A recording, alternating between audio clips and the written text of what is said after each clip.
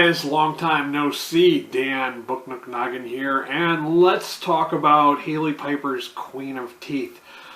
I literally just finished this probably 2-3 days ago. I had to take a little bit of time to kind of ruminate and think about what I really thought of this book.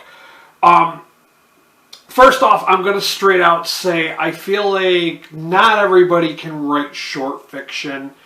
And I feel like Hailey Piper is the queen of horror short fiction.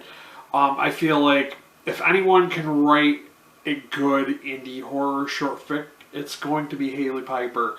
I try to seek out any new content that she writes. I've got a lot of them on my TBR. I'm slowly working my way through them.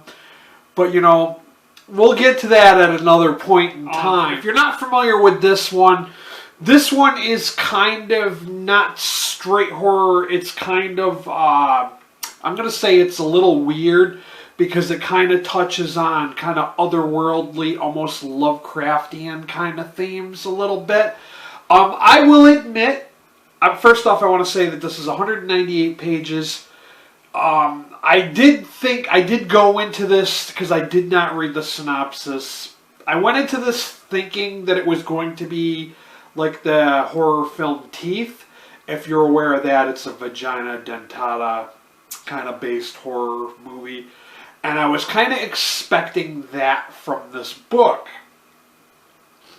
Now, what I wasn't expecting was I was not expecting an evil pharmaceutical corporation who in the end all turns out to be the bad guy, because I wanted a body horror creature feature type book is what I had thought it was going to be, and it was not. There were some parts of this book I thought that felt very awkward and were kind of unnecessary. Now, right off from the get-go, I was kind of annoyed, and I thought that the main character's name, Yaya, was kind of obnoxious. I'm just being blatant right up front with you guys. I found her name to be obnoxious. Every time I saw her name, Yaya, I was like, yeah, this is just, it kind of grated on my nerves.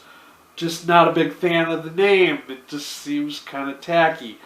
And then, like, I get you're trying to have character development. You want this character, you know, here's Yaya Betancourt. She don't need nobody. She doesn't have long-lasting relationships with anybody.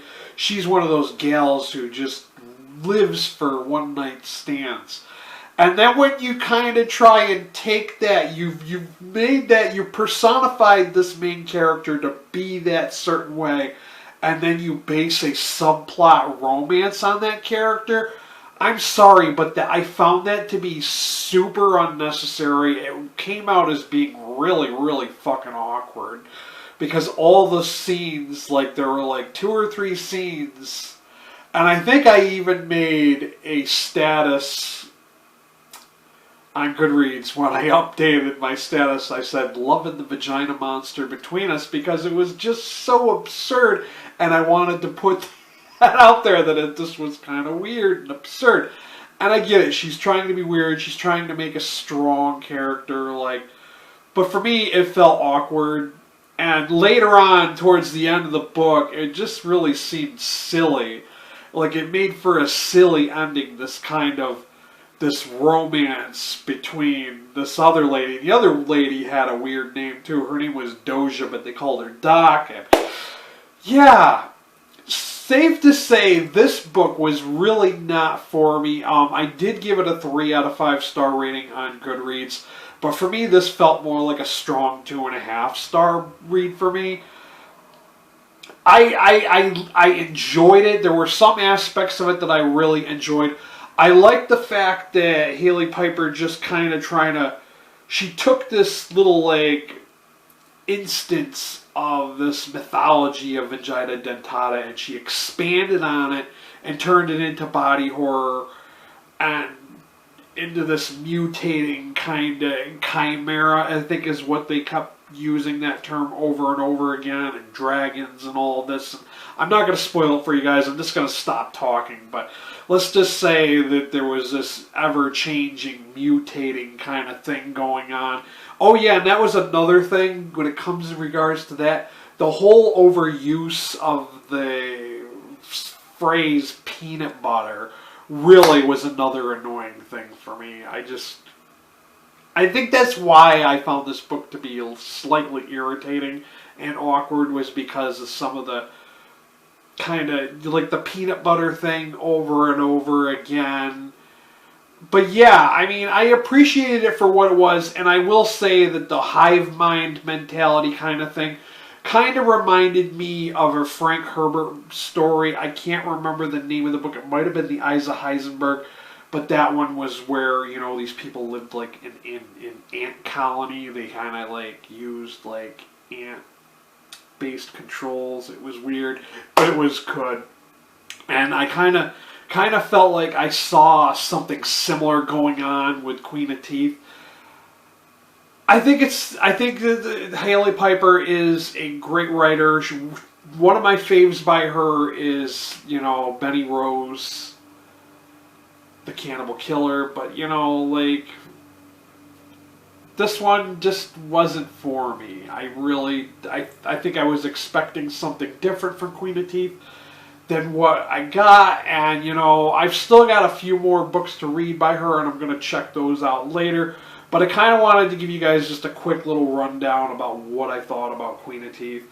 I know that a lot of my friends on Goodreads really loved this book. They all gave it like 4 or 5 star ratings. But I'm sorry, I'm just not feeling it.